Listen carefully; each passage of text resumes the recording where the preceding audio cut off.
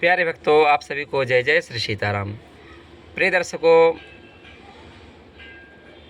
बड़े भाग्य से हमें मनुष्य का शरीर प्राप्त हुआ, क्योंकि 84 लाख योनियों में यह मनुष्य का शरीर बड़े भाग्य से प्राप्त होता है। वो भी भारतवर्ष के इस पावन पवित्र भूमि में प्राप्त हुआ। प्यारे भक्तों, भारतवर्ष भगवान का हृदय है। वैसे तो भगवान संपूर्ण विश्व भगवान का पूरा विराट शरीर है, लेकिन भारतवर्ष भगवान का हृदय है और भगवान हृदय में ही बसते हैं। जिसका हृदय सच्चा होता है, जिसका मन अच्छा होता है, जिसके मन में कोई मैल नहीं रहता है। अतः यही कारण है कि भगवान भारत में ही बार बार अवतरित होते हैं और भारत में ही, भारतवर्ष में विशेष रूप से उत्तर प्रदेश में ही भगवान का विशेष अवतार हुआ है।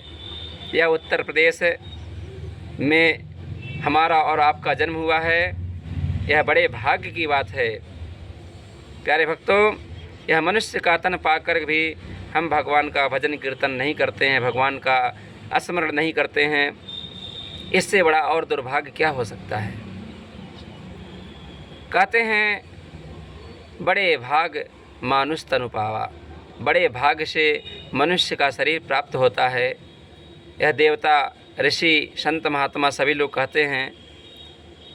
इस भारतवर्ष में देवी देवता भी जन्म लेने के लिए तरसते हैं, क्योंकि स्वर्ग में भगवान है, लेकिन स्वर्ग में भगवान की कथा नहीं है, भगवान के भक्त नहीं हैं, भगवान के मंदिर नहीं हैं। प्यारे भक्तों, हम और आप बड़भागी हैं कि हमें भारतवर्ष के इस पावन धरा में मनुष्य का शरीर प्राप्त हुआ है। अतः कहते हैं, यह मनुष्य का शरीर मिलने के बाद हम अगर प्रभु को प्राप्त नहीं हुए तो इससे बड़ा दुर्भाग्य और क्या होगा। कलयुग समयुग आन नहीं, जो नर करे विश्वास। अगाई राम गुण गण बिमल, भवतर विनय प्रयास। कलयुग के समान कोई युग नहीं है। यदि मनुष्य विश्वास करे तो यह मनुष्य का शरीर इस कली रूपी भवसागर को पान करने के लिए ये मनुष्य का शरीर एक नौका है।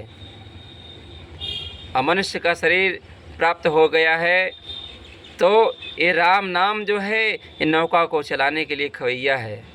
अतः राम नाम की नौका में बैठ करके हमें इस भवसागर से पार हो जाना चाहिए। कहते हैं 24 घंटे हैं हमारे पास और 7 दिन है। 7 दिन में ही प्रत्येक लोग इस धराधाम को छोड़कर चले जाएंगे। 7 ही दिन होते हैं। किसी न किसी दिन में हर कोई अवश्य जाता है और चला भी जाएगा। आया है सो जाएगा, राजा रंग फकीर। जो आया है जातस्य ही ध्रुव मृत्यु, ध्रुवम जन्म मृतस्य जय। जो जन्म लिया है उसका मरना सुनिश्चित है। अतः हमें अपने जीवन को, अपने मृत्यु को सुधारना है। यह कैसे सुधरेगा तो कहा गया, प्यारे भक्तों, यह भगवान की कथा सुनने से सुधरेगा, भगवान का नाम स्मरण करने से सुधरेगा। अरे फुर्सत नहीं मिलेगी काम से, कुछ पल ऐसा निकाल लो, प्रेम कर लो राम से। जीवन मिला है इसे व्यर्थ मत गवाओ।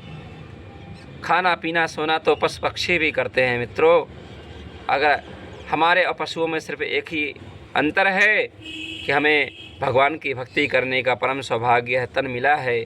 इस तन को व्यर्थ ना गवाएं।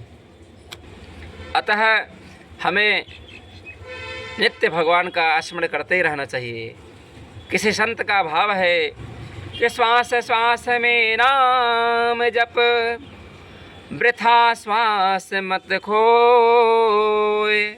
ना जाने या श्वास को आवन हो या न हो। कब किसका आखिरी समय है यह कोई नहीं जानता है।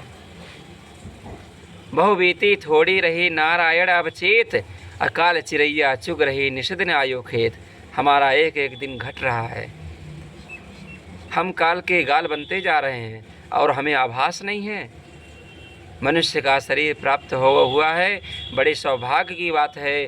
और इस मनुष्य तन को पा करके भी हम अपने इस लोक परलोक को नहीं संवारें तो इससे बड़ा दुर्भाग्य और क्या होगा।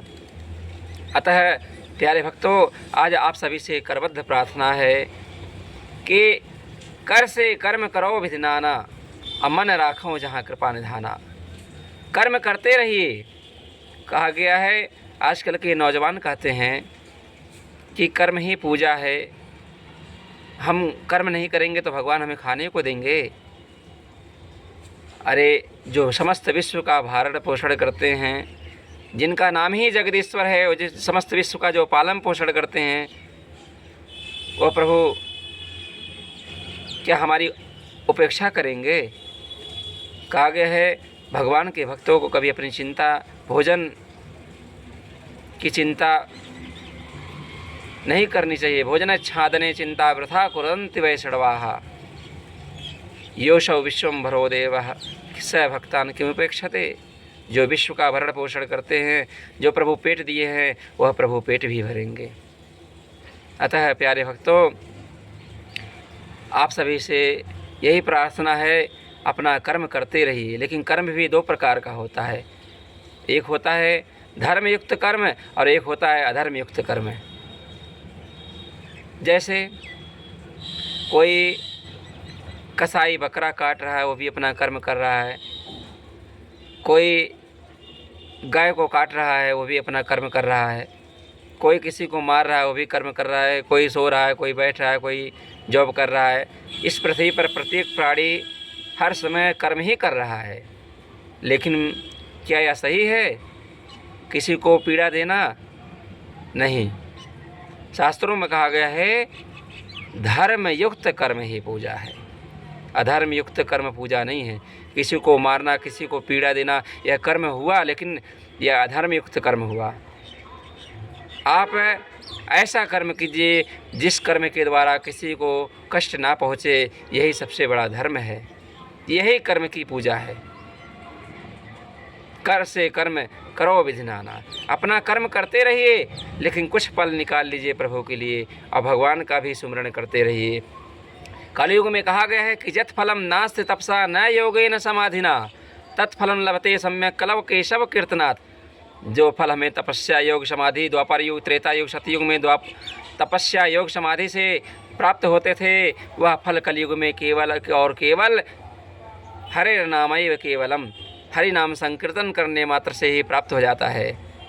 हमें 24 घंटे में 4 मिनट भी अगर परमात्मा के लिए प्रभु नाम का संकीर्तन करते हैं, संकीर्तन का समय निकाल लेते हैं, प्रभु नाम का गुणगान करते हैं, तो इस भवसागर से, इस कलयुग रूपी भवसागर से हम बड़े आसानी से पार हो जाएंगे। प्यारे भक्तों, एक बार पुनः आप सभी से विनम्र प्रार्थना है, करबद्ध प्रार्थना है, आप सभी लोग अपना कर्म करते रहिए, धर्मयुक्त कर्म करते रहिए, अपने माँ बाप की सेवा करते रहिए और किसी की खुशी का कारण बनना जीवन की सबसे बड़ी उपलब्धि होती है। कभी मौका मिले तो किसी का सारथी बनिए, स्वार्थी नहीं, क्योंकि आप किसी का भला करेंगे तो आपका लाभ होगा, भला का उल्टा लाभ होता है।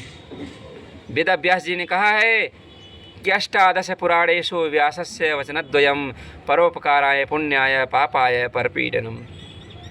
18 पुराणों में व्यास जी ने 2 ही बात कही है कि परोपकार ही पुण्य है, अपापाय परपीडन, दूसरे को पीड़ा देना ही पाप है। आपके मन क्रम वचन से किसी को भी ना कष्ट पहुँचे, यही सबसे बड़ा पूजा है, यही सबसे बड़ा धर्म है। आप सभी का दिन मंगलमय हो। इसी के साथ अपनी वाणी को विराम देते हुए, अगर आप लोग हमारे YouTube चैनल पर पहली बार आए हैं तो हमारे YouTube चैनल श्री सीताराम सेवा पथ को अवश्य सब्सक्राइब करें। आप सभी का दिन मंगलमय हो। भगवान की कृपा आप सभी के ऊपर सदैव बनी रहे। आप सभी को जय जय श्री सीताराम।